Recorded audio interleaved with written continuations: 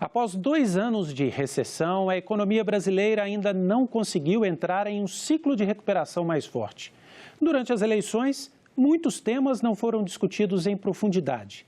Por isso, há dúvidas sobre os caminhos que o novo governo vai tomar em áreas estratégicas. Certeza apenas uma: a equipe econômica do presidente Jair Bolsonaro vai adotar políticas liberais. Os desafios da economia brasileira estão em debate no programa de hoje.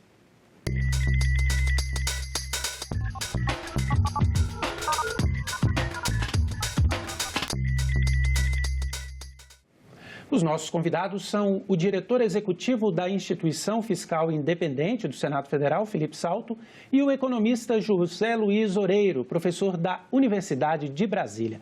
Queria agradecer a presença de vocês e começar com uma pergunta para os dois. Nós teremos neste governo uma mudança no estilo da política econômica? Nós teremos pelo menos tentativas de práticas mais liberais em relação ao ciclo anterior do PT, ou como vocês enxergam esse cenário? Podemos conversar com o Felipe Salto. Me parece que o ponto central da discussão econômica hoje é o chamado ajuste fiscal.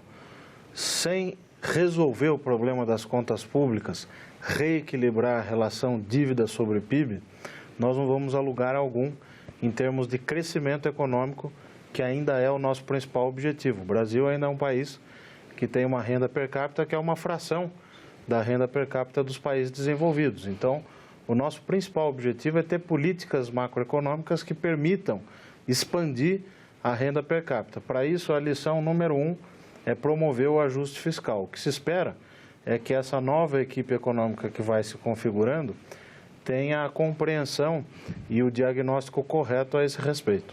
Professor Oreiro, haverá mudança na prática? Olha, é difícil avaliar, eu concordo com o Felipe, que o principal problema, o mais urgente da economia brasileira é o ajuste fiscal. Agora, me preocupa um pouco a posição, não só do próprio Paulo Guedes, como de alguns das pessoas que já foram nomeadas para a equipe econômica, de querer fazer uma espécie assim de ano zero. Né? Ou seja, vamos recomeçar, vamos fazer uma refundação do Brasil em termos econômicos, mudar completamente tudo que foi feito até agora, né, em termos de empresa, do papel do Estado na economia. O próprio Paulo Guedes é muito crítico do Estado do bem-estar social, que está consolidado na Constituição de 1988 e que, sinceramente, eu não vejo como possa ser alterado isso de maneira fundamental. Tá? Então, me preocupa que essa ênfase, esse desejo de uma espécie de ano zero, tá, de revolução, de fazer um Brasil totalmente liberal, tentando reproduzir um experimento à la Chile, pelo menos em termos econômicos, né? E que, na verdade, não deu certo. Quer dizer, o próprio Chile, depois da redemocratização, avançou muito, né, na questão do Estado do bem-estar social, a própria reforma da Previdência que o Paulo Guedes a reforma da Previdência do Chile, que o Paulo Guedes toma como modelo para o caso brasileiro, também não funcionou no caso do Chile. Eles acabaram evoluindo para um sistema de repartição como o que a gente tem aqui no Brasil. Tá? O senhor acha que é possível conciliar práticas liberais com investimento social, com a tentativa de se manter o estado de bem-estar, ou a acentuação de uma política mais liberal pode prejudicar a área social? Olha, eu acho que a coisa mais equilibrada que a gente teve em termos de práticas, de políticas liberais com o estado do bem-estar social foi o governo do presidente Fernando Henrique Cardoso. Quer dizer, os 2 mandatos do presidente Fernando Henrique Cardoso foram um exemplo disso. Quer dizer, o presidente Fernando Henrique teve a compreensão de que o Brasil é um país com extrema desigualdade social, né, e ainda um país pobre, né, e que, portanto, a participação do Estado em áreas como saúde, educação, infraestrutura é absolutamente fundamental, mas ele reviu muito do modelo, né, nacional desenvolvimentista, né, protecionista, etc. Então, eu acho que se a gente conseguisse voltar, né, para um modelo mais como o do presidente Fernando Henrique Cardoso, né, principalmente o seu segundo mandato, quando aí realmente você já abandonou a coisa da âncora cambial, etc., seria o melhor que nós poderíamos esperar de qualquer governo, principalmente do que vai assumir a partir do dia 1º de janeiro. Felipe, você falou que o maior problema é a questão fiscal, o déficit fiscal, e disse que o governo não pode errar no diagnóstico. Qual que é o diagnóstico? Quer dizer, quais são as causas desse grande déficit fiscal que nós temos hoje no Brasil, realmente um problema sério, e quais seriam os caminhos para tentar solucionar isso? Quando a gente observa as séries históricas de receitas e despesas divulgadas pelo Tesouro Nacional, é possível observar que as receitas evoluíram em porcentagem do PIB acima da evolução das despesas primárias, quer dizer, exceto o pagamento de juros sobre a dívida pública durante um bom tempo. De 97 até 2008, nós conseguimos produzir os chamados superávites primários, receitas acima das despesas.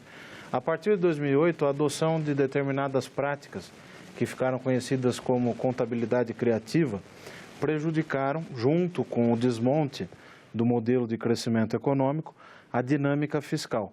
Isso foi produzindo um superávit cada vez menor, depois, a partir de 2013, um déficit primário importante. Esse déficit vai alimentando a dívida pública, que hoje já atingiu 77,2% do PIB, e pelas nossas projeções na Instituição Fiscal Independente, ela deve atingir ainda 82,7%, quer dizer, crescer mais 5 a 6 pontos até 2023. Então, as principais causas foram uma evolução muito acima do que a economia conseguia suportar das despesas. É claro que isso teve um lado positivo de franquia de direitos sociais, de cumprimento, inclusive, da Constituição, mas diante da escassez de recursos e dessa restrição orçamentária mais forte, pela qual nós estamos passando agora, isso tem a ver também com o crescimento econômico muito mais baixo, a recessão que o país viveu de 2015 a 2016 e a recuperação gradual que o país passa. Diante disso, é preciso, então, tomar medidas, sobretudo do lado da despesa, que ajudem a reequilibrar as contas. Nós precisamos sair do vermelho para que a dívida possa, lá na frente, voltar a se reequilibrar em relação ao PIB. Em relação à diminuição de despesas, um dos temas que foi debatido no processo eleitoral e tem sido sinalizado pela equipe econômica do próximo governo como um dos mais fundamentais é a reforma da Previdência. A Previdência hoje seria uma fonte de despesas excessivas, se podemos resumir o problema assim. Eu queria saber a opinião dos dois. De fato, essa é a principal reforma e deveria ser a primeira reforma para tentarmos estabilizar a situação fiscal, professor? Eu acho que é a reforma mais importante. Quer dizer, os gastos previdenciários, o Felipe pode me corrigir se eu estiver errado, mas eles crescem em termos reais uma média de 3,5% a 4% ao ano. Como nos últimos 30 anos a economia brasileira cresce 2,5%, isso significa que o gasto previdenciário cresce pelo menos 2 pontos percentuais acima do crescimento da economia ano após ano. Isso é uma dinâmica insustentável. Tá?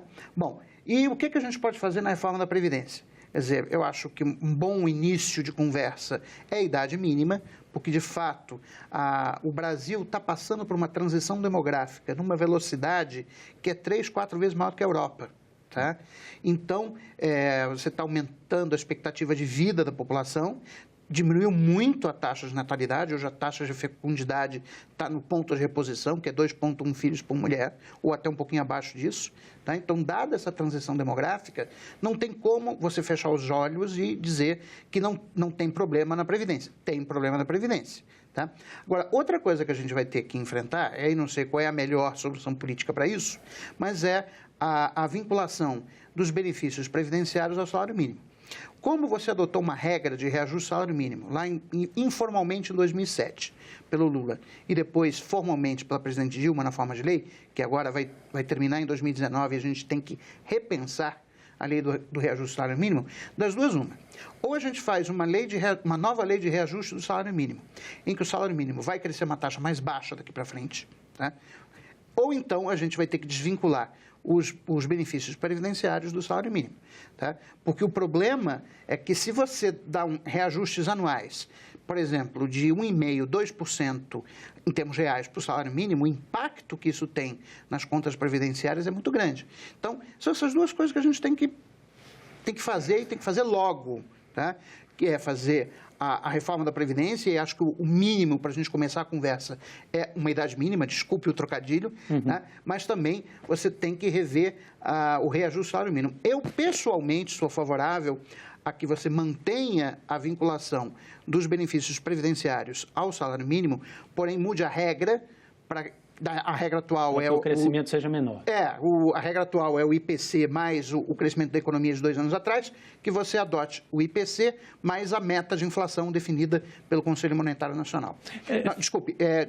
O crescimento da produtividade. Perfeito. Né? Felipe, além dessa questão da idade mínima, embora não haja detalhamento, o futuro ministro da Economia, Paulo Guedes, e se ouve, né, nos corredores, fala um pouco da mudança do sistema. Hoje nós temos um sistema de partição e para um sistema individual, né, de capitalização. Dada a complexidade disso, do ponto de vista econômico, como é que é possível uma solução dessa? Porque a partir do momento que você muda para o sistema individual de capitalização, essas pessoas deixam de financiar os aposentados. Você acha que isso é viável? O que precisa ter claro é que o problema da Previdência já é uma realidade. Há alguns anos se dizia que era um problema de longo prazo, que era preciso fazer alguma coisa para evitar ter um rombo na Previdência. Hoje, isso já é uma realidade. Os dados demográficos que o Oreiro colocou são bastante alarmantes. Quando a gente pega a razão de dependência, quer dizer, as pessoas que dependem do Estado, 0 a 15 anos e idosos, soma esses dois grupos, isso já parou de diminuir e vai começar a aumentar em relação à população nos próximos anos. Quer dizer que o Estado vai ser mais e mais demandado em termos de políticas públicas, não só a Previdência. A questão da capitalização, que parece ser um ponto-chave nas propostas da nova anunciada equipe econômica, ela é importante, mas sozinha ela não resolve. Como você bem antecipou, as pessoas que hoje contribuem, cuja receita vai para financiar despesas atuais, quer dizer, de aposentados de hoje, elas passariam a ter esse dinheiro depositado numa conta a ser capitalizada para que beneficiasse ela mesma lá na hora da aposentadoria. Então, a lógica da capitalização é essa, mas ela precisa ser combinada com a adoção da idade mínima, com a mudança dos regimes especiais, os chamados privilégios. Todas essas coisas precisam ser discutidas em conjunto. Não existe uma bala de prata. Inclusive, dos benefícios sociais da conta da Previdência, como se fala, benefício de prestação continuada e tantos outros que não têm a ver com aposentadoria. Esse, a meu ver, é um falso debate, porque tudo é despesa. Não importa se tem o carimbo de benefício de prestação continuada, de abono salarial, de seguro-desemprego ou de benefício previdenciário. É um bolo de despesas que cresce de maneira importante e que precisa ser financiado de alguma forma. Então, só existem 3 formas de financiar o déficit público. Ou é fazendo dívida, o custo é o juro. Ou é carga tributária, o custo é o peso morto, aquilo que você gera de ineficiência para quem produz. Ou, emitindo moeda, o custo é a inflação. Como essa última é uma não alternativa, porque a sociedade não aceita mais inflação, então sobra dívida e imposto. Então, a inteligência dos tomadores de decisão no âmbito da política fiscal tem que ser de maneira tal a combinar essas duas coisas para ter uma dívida equilibrada e que custe pouco. Dívida é coisa boa, desde que custe barato. E uma carga tributária que também ajude a financiar essas despesas que necessariamente vão ser crescentes. Professor, então aquele debate que houve quando o presidente Temer tentou fazer a reforma da Previdência, de que não há déficit, não há déficit, foi ultrapassado? Quer dizer, há déficit, o senhor entende que hoje já há algum sentimento, um consenso que é impossível passar sem uma reforma da Previdência? O problema é que, no fundo, é um debate sobre quem vai casar com a Maria, né? Ou seja, é um debate que não faz nenhum sentido. Quer dizer, no fundo, o que a gente chama de contas do governo federal é uma soma de 3 coisas. São as contas do Tesouro Nacional, da Previdência Social e do Banco Central. Então, muito do debate, tanto que a esquerda como a direita fizeram em 2015 e 2016, foi uma tentativa de dizer que parte do resultado negativo da Previdência Social você tinha que mandar, na verdade, para o Tesouro. Mas quando, usando a expressão popular, você passa a régua e fecha a conta, o número final é o mesmo. O pai de família é o mesmo. Né? O número final é o mesmo. Quer dizer, no fundo, é uma discussão sobre qual a caixinha que eu tenho que colocar o déficit. Se é na caixinha da Previdência Social, se é na caixinha do Tesouro Nacional. Bom, até agora ninguém quis mandar para o Banco Central. Tá? Mas, então, são nessas 2 caixinhas. Mas, o que importa no final do dia é o resultado líquido. Quando você passa a régua e fecha a conta, você tem um déficit que vai ter que ser financiado, como falou o Felipe. Ou com aumento de carga tributária ou com aumento de dívida. Não há como escapar disso. Em relação ao aumento de carga tributária, que seria uma das alternativas, a política econômica, ou a equipe econômica que vai assumir no próximo ano, tem falado em reduzir impostos. ou pelo menos não aumentar, né? Tem falado, inclusive, na ideia de uma alíquota única para imposto de renda. Você que acompanha as contas do governo ali dia a dia, acha que há espaço hoje para reduzir carga tributária ou pelo menos para se manter a atual carga tributária? Não há espaço para redução de carga tributária.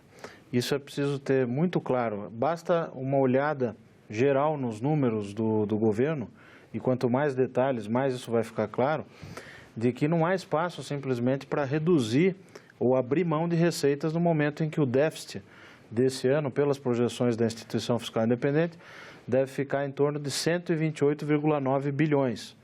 A meta é pior do que isso, é em torno de 160 bilhões. Mas para quem tem um déficit de 3 dígitos, não pode abrir mão de receita. Evidentemente que a lição de casa passa primeiro pelo lado do gasto.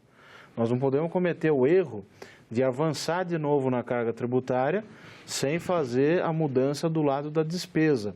É claro que isso tem custo político, isso tem custo social, mas é uma fatura muito grande, né? O custo das políticas expansionistas que foram adotadas por anos e anos, ele chegou e agora é a hora de todo mundo pagar a fatura. Na área fiscal, professor, duas ideias que têm sido discutidas, embora isso não tenha sido oficializado pela equipe econômica, são a alíquota única de imposto de renda e uma substituição das contribuições previdenciárias das empresas por um imposto sobre movimentação financeira, uma espécie de CPMF. O que você acha desse debate em relação à questão fiscal? Eu acho, quanto à primeira questão, é a gente querer reeditar a mania brasileira de produzir jabuticaba em todos os setores brasileiros. Eu não conheço nenhum país desenvolvido no mundo que tenha uma única alíquota de imposto de renda. Eu gostaria que alguém me dissesse se Estados Unidos, Japão, Suécia, Alemanha, França, Itália, Espanha, Noruega, se algum país desenvolvido e que, enfim, tem uma população importante, se adotou algo parecido com isso. Isso eu não conheço em lugar nenhum do mundo. Pelo contrário, a discussão atual nos países desenvolvidos é de ampliar o número de faixas de imposto de renda, principalmente para pegar aqueles que são chamados de os super ricos, né? Ou o 1% no topo da distribuição ou até aquele 0,1% no topo da distribuição de renda. Bom, quanto à questão da reforma tributária per se, quer dizer, uma coisa é o que o Felipe colocou. Realmente não existe espaço para você reduzir carga tributária. No entanto, existe espaço para você fazer uma reforma tributária, que você fazer um sistema de impostos que seja mais eficiente, que não exija tanto tempo para os empresários gastarem preenchendo formulário. Veja bem, isso você pode fazer sem gerar R$1 de queda de imposto para o governo. Tá? Tem, inclusive, um economista colega nosso, o Bernard Napp, do Centro de Cidadania Fiscal, que já fez uma proposta que ele encaminhou. Foi entregue para a equipe Isso, e foi entregue para todos os candidatos à presidência da República, antes do primeiro turno, em que ele detalha a criação de um IVA, que é Imposto sobre Valor Adicionado, que substituía o ICMS, o ISS, IPI também, etc., que me parece uma reforma bastante inteligente. Tá? Então, eu acho que existem muitas ideias interessantes, mas que a equipe econômica até agora está fazendo tábula rasa sobre isso, ou seja, está querendo pegar experiências que não foram implementadas em lugar nenhum do mundo, pelo menos em nenhum lugar relevante, pode ser que em Hong Kong tenha sido, não sei, né? Mas que não foi implementada em lugar nenhum do mundo, ou seja, no fundo a equipe econômica está se comportando como alguém que ganhou uma economia para brincar, né? Aliás, se dizia sobre o doutorado em Chicago nos anos 70, que quando o sujeito terminava o doutorado em economia em Chicago nos anos 70, ganhava de presente uma economia latino-americana para brincar. Pois é o que está aparecendo com muitas das ideias que estão sendo divulgadas agora pela equipe econômica. Outro tema que está na agenda da discussão econômica e que em 2019 deve ganhar profundidade são as privatizações. Pensando apenas do ponto de vista fiscal, privatizações podem ajudar significativamente com aumento de receita, no sentido até de diminuir um pouco esse déficit, ou não? É claro que as privatizações, é preciso avaliar caso a caso, mas elas podem ajudar numa agenda de eficiência, até de redução de dívida, equilibrando ativos e passivos do setor público. Mas é bom lembrar que não se vende patrimônio para pagar almoço e jantar, ou seja, vender a casa para pagar o almoço do dia seguinte. Então, é preciso ter cuidado com isso, porque essa agenda é uma agenda importante para melhorar a eficiência, a competitividade, o ambiente de negócios, até a geração de valor em determinados setores que estão na mão do Estado, mas que, estando na mão do setor privado, poderiam até produzir dividendos maiores para a sociedade, mais empregos e até mais receita para o governo. Mas a privatização não resolve o problema fiscal. O que resolve o problema fiscal é aumento de receita e corte de despesas, ou uma combinação dessas duas coisas. Fazendo justiça, claro que nós temos que esperar esse governo começar para poder ver qual vai ser a cara dessa política econômica e de todos esses assuntos que nós estamos discutindo aqui. Mas, de toda maneira, é importante, como eu disse no começo, ter um bom diagnóstico. Professor, sobretudo no segundo turno dessa eleição, a gente viu muito noticiário falar sobre expectativas do mercado, candidato do mercado. Logo que o presidente foi eleito, houve uma certa euforia, depois o dólar começou a seguir de novo uma trajetória de alta. Em que medida, de fato, o mercado compreende isso que está acontecendo no Brasil, né? Essa mudança política que pode representar uma mudança na economia, ou em que medida é apenas especulação nesse curto espaço de tempo entre a eleição e a posse? Olha, quando se fala de mercado, tem que ter claro que se trata do mercado financeiro, certo? A gente não está falando da indústria, do comércio, das empresas do setor real. Bom, e o mercado financeiro no Brasil ou em qualquer lugar do mundo, ele basicamente tem ganhos especulativos de curto prazo. Então, a volatilidade no preço das ações, nas taxas de juros de longo prazo, essa volatilidade é que gera lucros para os operadores do mercado financeiro. Então, não me causa espécie que, num determinado momento, o mercado tenha avaliado muito bem as perspectivas, né, do futuro governo. Aliás, foi até uma exuberância irracional do meu ponto de vista, né, que nós sabemos, né, da dificuldade da agenda econômica e política do Brasil, não é trivial, né? Você simplesmente achar que uma pessoa que foi eleita presidente da República, que vai ter uma espécie de passe de mágica que vai resolver os problemas da economia brasileira do dia para a noite. Não é assim, é preciso ter um diagnóstico correto, é preciso ter uma coordenação política adequada, né? E é preciso, muito, como parafraseando Winston Churchill, é preciso muito sangue, suor e lágrimas. Tá? E não me parece que o governo tenha sinalizado isso. Quer dizer, o candidato eleito, né, o presidente eleito da República, Jair Bolsonaro, pelo contrário, durante a sua campanha, sinalizou sempre com soluções muito fáceis e sempre procurou desviar dos temas econômicos, dizendo que quem entendia disso era o seu futuro ministro da Economia. Tá? Então, realmente, o mercado ele comprou um cenário muito róseo, né, para a transição para o novo governo, mas agora a gente está vendo que, enfim, as coisas não são bem assim, isso está se refletindo no preço dos ativos, mas você pode ter certeza que muita gente ganhou dinheiro nesse meio tempo. Continuando nessa discussão sobre as expectativas, Felipe, quais são as projeções da Instituição Fiscal Independente para o ano que vem?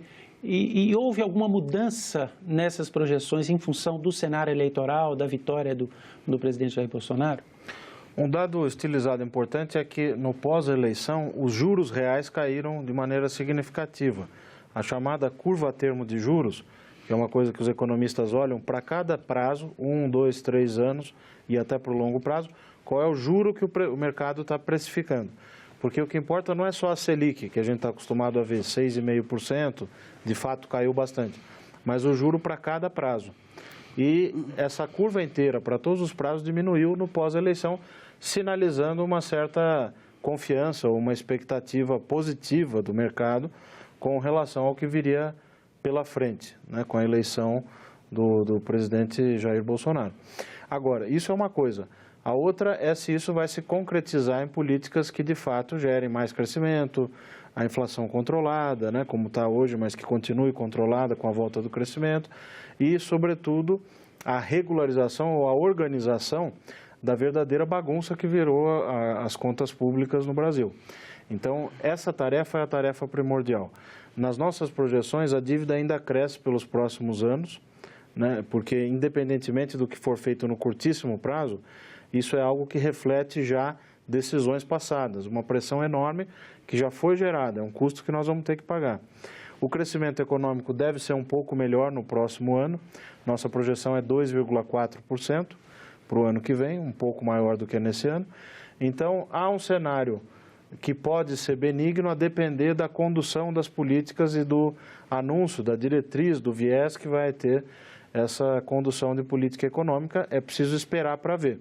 Claro que nós estamos aqui no campo das ideias, discutindo as possibilidades, mas me parece que há um consenso entre os economistas de lado a lado de que é preciso resolver esse problema fiscal para que possa o Brasil ter juros civilizados, uma taxa de câmbio mais competitiva, volte a exportar mais produtos de maior valor agregado e gerar emprego. No fundo, o que as pessoas estão esperando é uma retomada da geração de empregos. Os empregos com carteira assinada ainda estão caindo nos 12 meses, né, acumulados. Então, isso preocupa muito. Rapidamente, para encerrarmos, vocês creem em sobressaltos ou nós vamos amanhecer no dia 1º de janeiro com o mercado e com o governo agindo com alguma normalidade? Nós teríamos aí um tempo de tranquilidade, pelo menos para ver o que vai acontecer. Olha, assim, eu acho muito difícil responder essa pergunta, porque as falas do Paulo Guedes, em termos econômicos, abriram muitas margens para diferentes interpretações sobre qual seria o modelo econômico ou o regime macroeconômico do Brasil durante o governo Jair Bolsonaro. Ele, em algum momento, até falou, porque se o câmbio chegar a R$5, então eu vou vender reservas internacionais. Aquele, então, suscitou a ideia de que você estaria voltando para o regime de câmbio fixo. Assim, eu não tenho clareza, tá, com base no que foi dito até agora sobre o que exatamente vai ser a cara do governo Jair Bolsonaro em matéria econômica. Quer dizer, só se fala de privatizações, como se isso fosse uma panaceia para resolver de forma mágica, né, os nossos problemas econômicos. Não é. Mesmo que você conseguisse vender todas as estatais, o que não vai conseguir, incluindo Petrobras, Banco do Brasil, Caixa Econômica Federal, mesmo que você conseguisse vender todas, não resolve o problema fiscal. Poderia, no máximo, tapar o buraco 1 ou 2 anos, mas para frente você voltaria a ter exatamente o mesmo problema. Então, se fala apenas disso e a gente sabe que tem uma série de coisas que precisam ser feitas e que não têm sido tocadas pela equipe econômica e, pelo contrário, os sinais que, pelo menos, o titular, né, que é o Paulo Guedes, tem dado são sinais, no mínimo, ambíguos. Muito obrigado, professor Loureiro. Muito obrigado, Felipe Salto. Agradeço também a sua companhia. Você pode rever este e outros programas da TV Senado lá na nossa página na internet, senado.leg.br/TV. Também pode entrar em contato com a gente ligando de graça para 0800 66 22 11. Muito obrigado pela companhia e até o próximo programa.